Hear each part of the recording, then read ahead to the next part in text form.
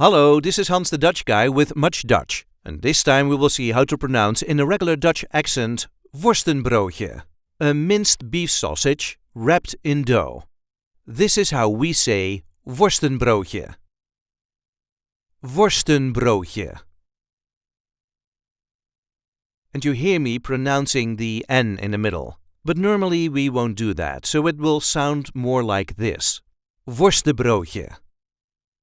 Worstenbroodje. There is a light emphasis on the first part of the word. Worstenbroodje. Worstenbroodje. Or without the N, Worstenbroodje.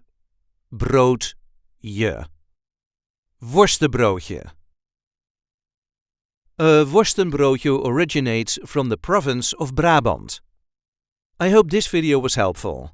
Please help us by liking it and by subscribing to our channel. And we do have plenty of other content here, so be sure to check that out too.